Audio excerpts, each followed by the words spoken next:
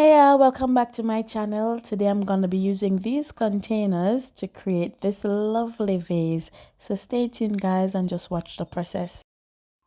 Alright, so remove the tags from the bottom bit of the containers and glue them together. Alright, and then from there on you can go ahead to do your spraying.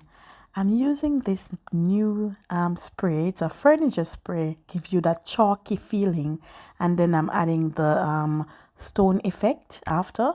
That's another spray that I'm using, and that's the result.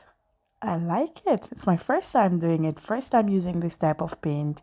I'm going to be adding beads now to the middle bit there to hide the little imperfections.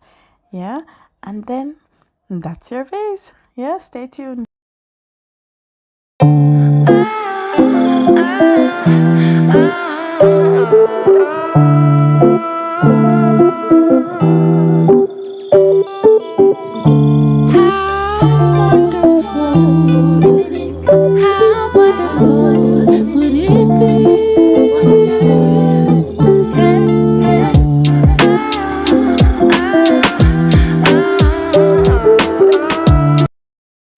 Guys, if you like the work that I'm doing, please subscribe to my channel, share it with a friend, comment and like.